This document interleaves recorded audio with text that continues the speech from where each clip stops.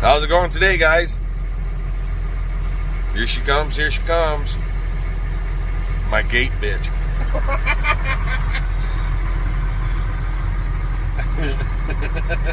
Get rain! Let's go. Let's go. So, just saw Piper Doug's vid this morning. Him fighting with water bowls. And we go to the barn, and what do we find? Well, it wasn't frozen, but it was overflowing. And I'll bring you guys along for that ride. I've got it so it's not overflowing anymore, but we got to do some repairs. Got a little bit of a lake in the one corral, unfortunately, but we'll cover it up with some straw and manure type stuff, and it'll be there in the spring. Anyway, got the Bale Pro on. We've got one of them alfalfa weed bales in there, and then a green feed bale on the front end of the tractor. Here they are. Lots of you guys been asking for cow videos. Well, there's the cows.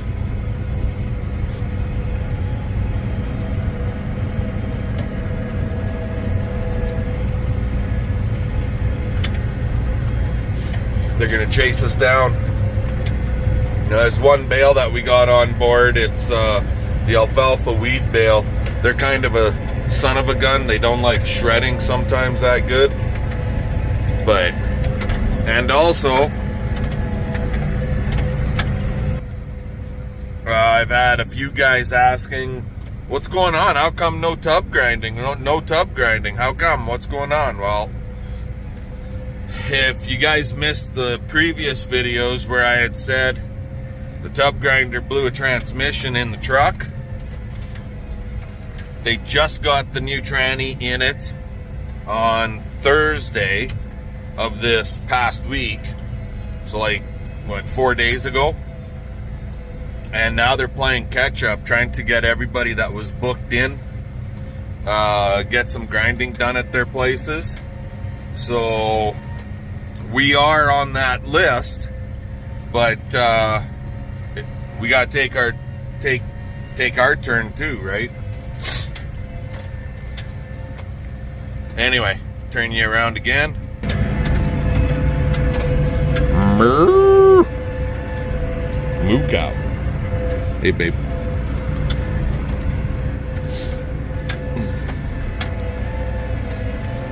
It's bouncy out here. Yeah. Why'd you make holes out here? You're quite the farmer. I'm quite the farmer. Mm-hmm. This pasture is bouncy. Okay, we're gonna shred these bales out, and I'll bring you guys back when we're done.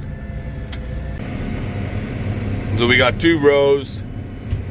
And you can see the further row out there, that blacker row, darker colored row. That's the alfalfa bale.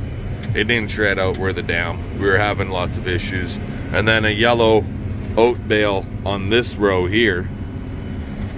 Sorry about the dirty, filthy windows, but that's the way she goes, especially when you're bale processing. So they're gonna come and they'll eat up all the grains, and then they'll go back and they'll eat up on the alfalfa, and then they'll come back and they'll eat up on some of the oat straw stuff. So yeah. What? Gotta go? I gotta go. You gotta go? And CP's gotta get her butt back to the yard. She's expecting somebody to come over today, so. But there's the cows. Anywho, I gotta get my butt back to the yard too, so.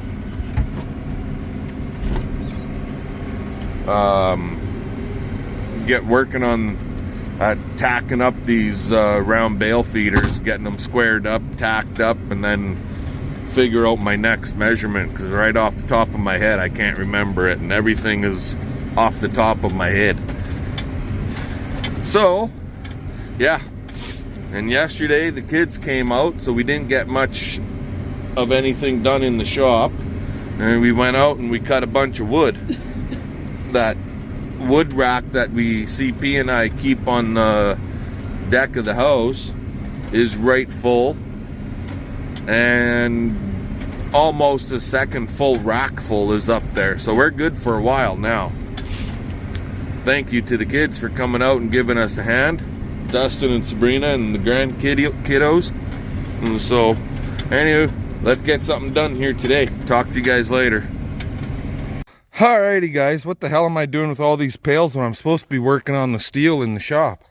I just realized, or remembered, we're probably gonna have to grind grain here about the new year, roughly. And it's really warm today. It's a beautiful day. So, what's the deal with all the pails, right? Well, I'm pulling the lids off of these, what have I got here? 5, 6 pails. So when we go to grind next time for the oats, we got to pull it out of the one big bin. Well, I'm not going to be paling oats from that bin to fill the mix mill. That'll take forever. I want to be able to use grain auger. Grain auger downspout doesn't go low enough. So I'm making my own friggin' downspout because I don't know where the hell to find a 7-inch downspout. To be honest, I phoned PV Mart, Princess Autos. Neither of them have any. I have to special order it and they have no idea how long it'll take. They said it could take a month, maybe 3. I said, screw that. And it's like $150 or $200 fucking dollars or something like that. Stupid anyways. There's no auction sales coming up close by. But these pails are free because I have a shitload of them, right? I saved the pails to use as 5-gallon pails for feeding grain. But so my plan, cut the handles off. I already cut the bottoms out. See there? I cut the bottoms off. And the plan is to just set it inside there so the bottom edge of that pail goes to that bottom ring. Right here. It goes in that far. And then where the handle is mounted, drill a hole right through and into the next pail. And either pop rivet the son of a bitch or put like a little tiny 1/4-inch bolt in there to hold the 2 buckets together, and do that with all 6 of them, and then you got yourself one fuck of a downspout. That's the idea. So with no more further ado, for anybody that's never done this before, and I've never done this before, but I don't see why it wouldn't work. I've taken lids off, but for anybody that's never taken a lid off a bucket, get yourself a friggin' plier of any kind. All of these pails, these 5-gallon oil pails, have a little tab right there. Grab that with your plier, rip that tab off. It peels. See there? You just peel it off continuously. So you end up with a long piece of plastic like so. And now that in the summertime when the pails are soft, I can just get my fingers on that bottom lip and pry it off. But in the winter it's a little difficult to get it started, so I stick the plier in there like so and pry upwards. And now lots of you guys are going to say, this is so foolish, BP. Everybody knows how to do that. But you know what? I've met some people in my days, they couldn't figure out how to turn a butterfly nut. So you just pry it up like so, right? Like so. So I'm going to continue to pry that up about halfway around, and I'll bring you back in a sec. Alrighty, so once you got it pried up about halfway around, get your finger hooked in here, and you pry that up, pop it off the lip of the pail. Now this is going to be a little difficult for me to do with one hand, but then you can, I gotta do it this way. Pull that pail There. Don't know when I shut you off, but anyway. So I got the lid off and we're recycling them. So now we just got to get our drill out, drill some holes, get these handles off, and we're almost ready to rock and roll with a big ass downspout, right? Bring you back in a bit. Alrighty guys, so here we got her, 6 pails. The bottoms are all cut out. Lids are off, obviously. Hole right through. So what I did, basically about 4 inches of the bottom of the pail, 6 inches maybe, 4 inches. How much? I don't know. Let's see here. Nope, 3 inches from the bottom of the pail. So basically, if you look at here, my hole would be about right there. That's where the hole would be if I put another one on. And we tried to line them up. That way it could flex a little bit. So you can see that. She'll flex, right? Like a regular downspout. I got to take the handle off here. And the reason I ran the holes right where the handle would go, because that would be the strongest point. And then a couple of 1/4 inch bolts, one down this, a row down this side and a row down the other side. She's all ready to go. What's this give us anyways? Oh boy. Gives us a downspout that's 5 feet friggin' tall anyways. So, and she flexes over friggin' goddamn near 2 feet one way to the other.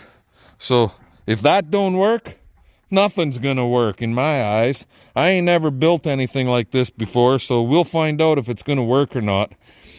I gotta get this handle off, drill a couple of holes through there. That way I can got a way to tie this to either to the existing downspout that I already have on the auger, or at least tie that to the auger itself. But that should work. Anyway, Yahoo! Thumbs up, comment, subscribe. Fun, fun, fun. Let's get her done. We'll catch you guys later. Alrighty, guys. Well, we got her tied on. I just threw the top handle right there. I just took a hunk of wire, doubled it up, twisted it around to each other. You can kind of sort of see what I did there. Hooked it in the strap from the other downspout that only comes down like 2 feet. Same thing on this side. And there's our downspout. Yeah, it's a little low. How's that gonna work, BP? Well, I'll tell you. You just crank the fucking auger up. Simple, right? The auger is a little higher in the air this way. That's all. Babe, it barely reached that bin. Like, for grinding, babe. Grinding. When we're putting grain in the bin, you take that black sumbitch off. you don't need that big of a spout. Well, it's easy. I can downsize it by taking a couple bolts out. But it works at this point. We'll see what happens when we do go to grind. See, she flexes around. It's all good. So there you have her. Cheap ass man's friggin' downspout. And that'll work for 10, 12 inch friggin' downspout too. Why not, right? If you got a bunch of old 5 gallon oil pails kicking around, take the top off, take the bottom off, bolt them together, and away you go. Yahoo! Hell of a lot cheaper than buying a friggin' $200 downspout or whatever the hell they cost nowadays. So, anyways, there you got her. For this Wreck-It Ranch kind of place that we're on, that thing is gonna work just dandy the way it looks at this point. Okay, off to something different. talk to you guys later.